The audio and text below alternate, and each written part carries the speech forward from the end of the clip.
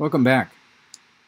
With this lecture, we turn to the study of one of the greatest minds of the Christian faith, one of the greatest, if not the greatest, of the church fathers, namely Augustine of Hippo, or as some refer to him as Saint Augustine. Augustine is absolutely one of the most important theologians in the history of historical theology, our class, but he's also one that has made many important contributions to philosophy and other fields. Our focus is going to be obviously on his theology. We're going to have a series of these lectures. This one will deal just with his life story, and his influence before we move on to some other particulars. And so let me go ahead and get started with this one.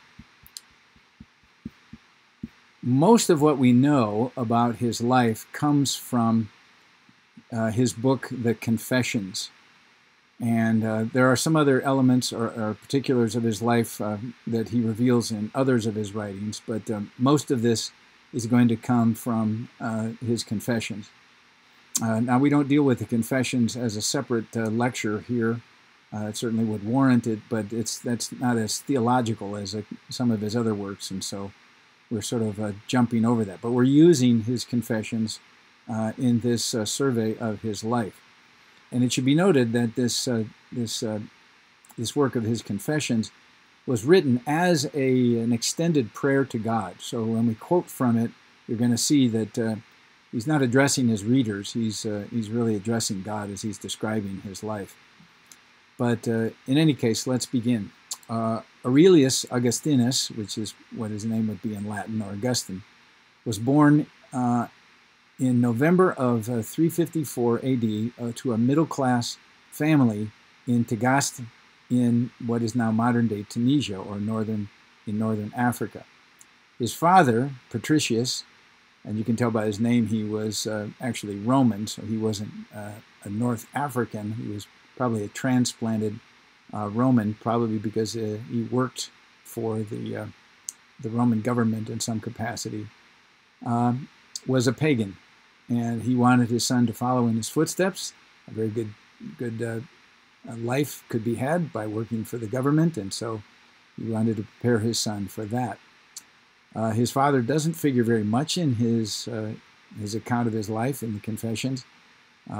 He died sometime early in Augustine's life, probably when Augustine was about 17. His dominant parent was his mother, Monica. Monica is also known as Saint Monica in the Roman Catholic Church. A very devout woman, but in some respects, very domineering mother. She was a Christian. She very much wanted her son to follow the Catholic or Christian faith at the time. And she was kind of what we might call today a helicopter parent, because she devoted much of her time to seeing Augustine pursue his career, as well as coaxing him or seeking to see him come to the Christian faith. She figures prominently in this book, The Confessions. He had a classical education. He learned some Greek, but he never really mastered Greek. But he did excel in the study of classical Latin literature, especially Cicero and Virgil. He did so well in his studies that his father sent him off to nearby Madura and then on to Carthage, which would have been the biggest town, the most important metropolitan area in northern Africa at the time, in order to study rhetoric. Now, the study of rhetoric is the study of how to use language. You would study rhetoric, how to be a good lawyer to argue your case. You would study rhetoric in order to be a good philosopher, to express and teach your philosophy. Rhetoric was really a very important skill, and it also was a skill that was needed again by the Roman government. Rhetoricians would write speeches or even write laws. So writing well in a very sophisticated and a classic style was what the study of rhetoric was. And by all accounts, by Augustine's account, he excelled at that. In his book, he describes, in his life story there, the Confessions, he describes reading Cicero's Hortensius, which is a book on the subject of wisdom. We don't have any copies. That's a work that's been lost to us. But Augustine was captivated by its exhortation to seek wisdom. And as a lot of young men of an intellectual bent are when they find an author like that sort of stimulates their intellectual endeavors and sort of fosters that sort of life of the mind to them, they get carried away with it. And that's certainly the case with Augustine in his reading of Hortensius. Here's how he describes it in the Confessions: with an unbelievable fire in my heart. He said, I found myself with an unbelievable fire in my heart to fly away from earthly things to thee. And he's speaking to God there again. But the problem is that when he turned to the scriptures for this wisdom that he sought, he found that their style, content, especially the Old Testament, was somewhat crude and unsophisticated in comparison to pagan philosophy. It was in Carthage that he encountered and joined, or was associated with, a cult, really, a group called the Manichaeans. The Manichaeans were a dualistic Gnostic sect that had its origins in 3rd century Persia, modern-day Iran, from a man named Mani. And Mani was someone who kind of combined the ancient mystery religions, mystical bent of things with some Christian notions. Mani actually considered himself to be the paraclete that Jesus had promised in the farewell discourse in John 14, 15, and 16. And he associated himself with a couple of others who received new revelations from God. So that sort of thing is nothing new. And had a very sort of Gnostic philosophy mixed with these Christian elements. Augustine would remain enmeshed within Manichaeism for another 9 years. Later on, it was his reading of the Platonists, we're going to mention here in a few minutes, that helped him refute the teaching of the Manichaeans. Just a little background on the Manichaeans. The Manichaeans believed that at one point spirit and matter and good and evil and light and dark had been separated from one another. That is, that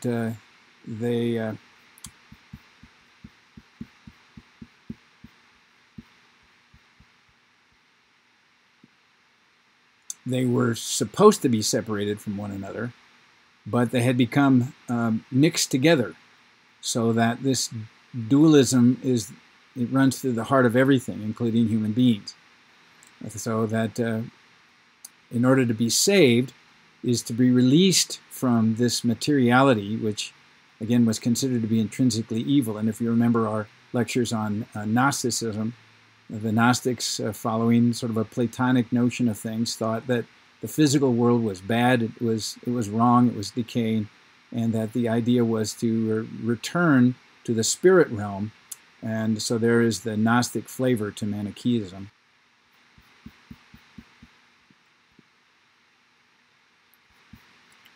Well, back to Augustine's life. Augustine began teaching rhetoric in Carthage, but when he was there, he found the students to be unruly and not very good students, not very serious students, and so he left to teach in Rome because he thought the students would be better there. That was the seat of not only the Roman government, but also the supposedly the highest level of intellectual academic achievement was there. But when he got there to Rome, he found out the students weren't any better there than they were in Carthage. And I won't say anything about what it's like to teach students everywhere. After about a year in Rome, he moved to Milan. And by the way, at that time, Milan had become the center of the imperial government as well. The government had moved out of Rome to the healthier and the better climate of Milan. And so, again, all of the higher academics, the teachers, and and not just the government, but the cultural center of Italy, of the Roman Empire, had moved as well. And he got a job teaching rhetoric in Milan as well. But more importantly, in his experience in Milan, he came under the influence of Ambrose, again, St. Ambrose in the Catholic tradition, who was the bishop of Milan at the time. Now remember, Augustine had had some problems with the Bible and the stories of the Old Testament. He considered themselves unsophisticated, but in the preaching of Ambrose, when Ambrose preached those texts using a sort of allegorical method of interpretation, Augustine developed a better appreciation of the Old Testament and of the stories and teaching of the Bible. At the same time, he developed a circle of friends that led him to a discovery of the books of the Platonists. Now again, these wouldn't be the books of Plato himself, but would have been the books of the Neoplatonists. And Augustine began reading them. And of course, they challenged, as we've already said, the notions that he had as a Manichaean, but he found in them a more sophisticated philosophy, and they had an influence. In fact, we're going to see a lasting influence on his way of thinking.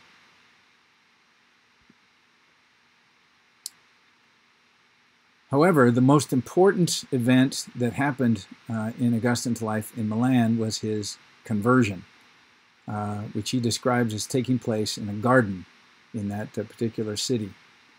Now, he's already said that this was a time of change for Augustine. He had been looking for elevation in the imperial employment. He did get a job working for the imperial government in rhetoric.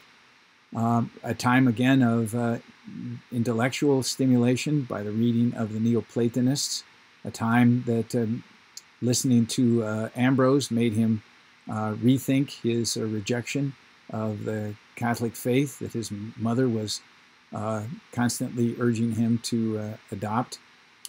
It was also a difficult time emotionally. When he had lived in Carthage, he had taken a concubine. He had started living with a woman. They didn't actually marry in any formal way, but they had lived together faithfully, basically as husband and wife, for a number of years. In fact, they had had a son together. And this woman had moved with Augustine to Rome and then to Milan. But in Milan, his mother, Monica, had been working to, again, foster his career and elevate his standing. And so she had arranged for a marriage to a young girl, a patrician girl, a girl from the upper class, that would have really helped his career and would have then made it possible for him to climb the social ladder, so to speak. But it necessitated this woman be, his concubine, this woman that he loved, be sent back to North Africa. And he describes this as a very emotional time. He doesn't mention this woman's name, which is a pity, and we wonder what actually happened to her. But nevertheless, she was sent home. She left basically her husband and her son, Deodantus. Their son stayed with Augustine.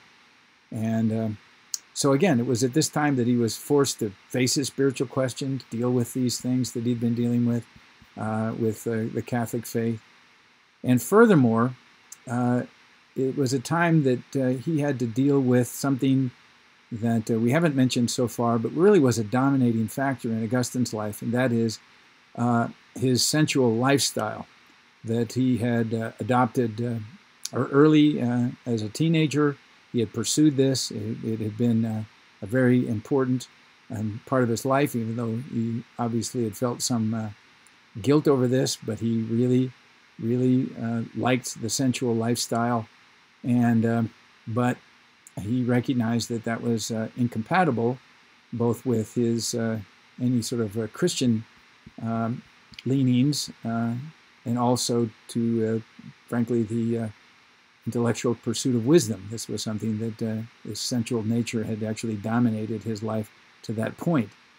And so it was at this particular time that he is confronted in this garden. In the midst of all of this, while he's in the garden, he hears a voice, and it could have been some children singing a song or playing some sort of game, but basically it was a sing-songy sort of take and read, or another translation is pick it up, read it, pick it up, read it.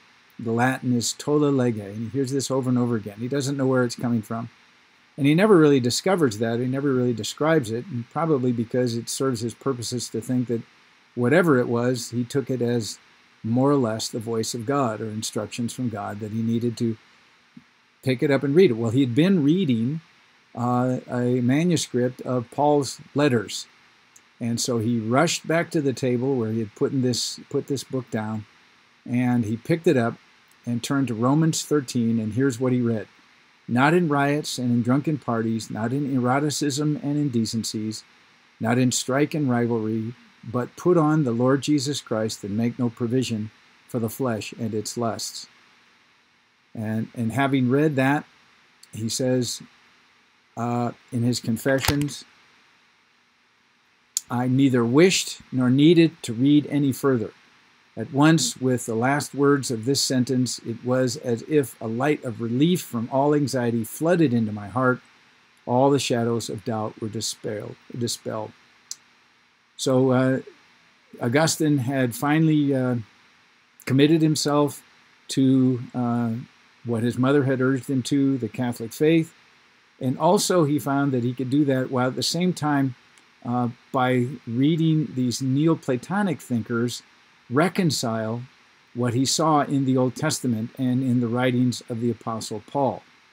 So his conversion was sort of a conversion to the Catholic faith, but at the same time a conversion that employed the philosophy and the thinking of the Neoplatonists, and honestly, this was to be true for the rest of his life.